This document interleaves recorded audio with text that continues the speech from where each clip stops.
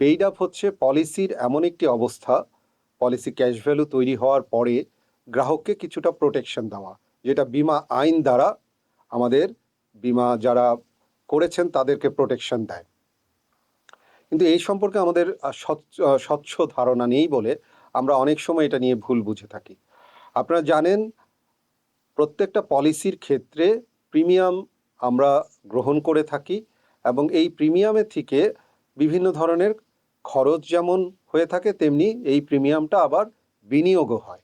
কিন্তু একটা জিনিস আমরা সঠিকভাবে জানি না যে প্রতিটা মুহূর্তে ইন্স্যুরেন্সে কিন্তু এক ধরনের রিস্ক প্রিমিয়াম ক্যালকুলেট করা হয়, কারণ প্রতিটা মিনিটের জন্য আমাদের এক ধরনের লাইবিলিটি আছে, একটা দায়বদ্ধতা আছে।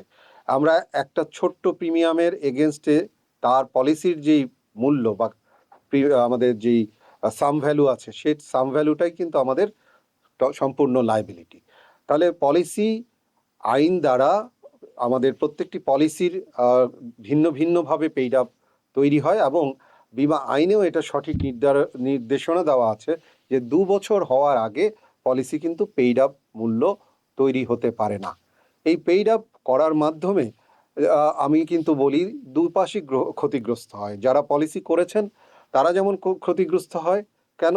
তারা কিন্তু তাদের যেই নির্ধারিত কাভারেজের আওতায় আর থাকেন না। ধরে নিচ্ছি একজন ব্যক্তি 10,000 টাকা করে প্রতি বছর প্রিমিয়াম দিবেন 10 বছরের জন্য 1,00,000 টাকা, এবং তার ধরেই নিচ্ছি তার কাভারেজ হচ্ছে 1,00,000 টাকা। কিন্তু উনি 2 বছর যদি প্রিমিয়াম দেন, 20,000 টাকা দেওয়ার পরে পলিসিটা যদি পেইড আপ হয়ে যায়, তার কিন্তু কাভারেজ আর ওই যে 1,00,000 টাকা থাকলো না। এবং এই কাভারেজটা পলিসির যেই ফ্যাক্টর আছে তার মাধ্যমেই কিন্তু ক্যালকুলেশন হচ্ছে। তাহলে গ্রাহক কি হচ্ছেন? গ্রাহক তার নির্ধারিত প্রোটেকশন থেকে বেরিয়ে যাচ্ছেন। তেমনটি ইন্স্যুরেন্স কোম্পানিও কিন্তু ক্ষতিগ্রস্ত হচ্ছেন।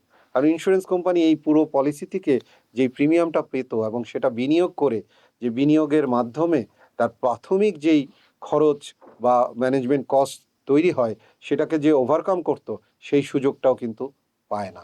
সুতরাং পেইড আপ যদিও একজন ব্যক্তি পলিসি যখন অনেক সময় বন্ধ করে দিতে চান, সেই বন্ধ করে দেওয়া থেকে কিছুটা প্রোটেক্ট করে, কারণ পলিসি বন্ধ করে দিলে প্রিমিয়ামের অনেকগুলো ফ্যাক্টর থেকে ক্যালকুলেশন করে প্রিমিয়াম অনেক কম পান, যে টাকা জমা দেন সেই টাকা পান না। কিন্তু পেইড আপের মাধ্যমে পলিসি মেয়াদ পর্যন্ত কিন্তু একজন ব্যক্তির কাভারেজ এর মধ্যে অন্তর্ভুক্ত থাকে।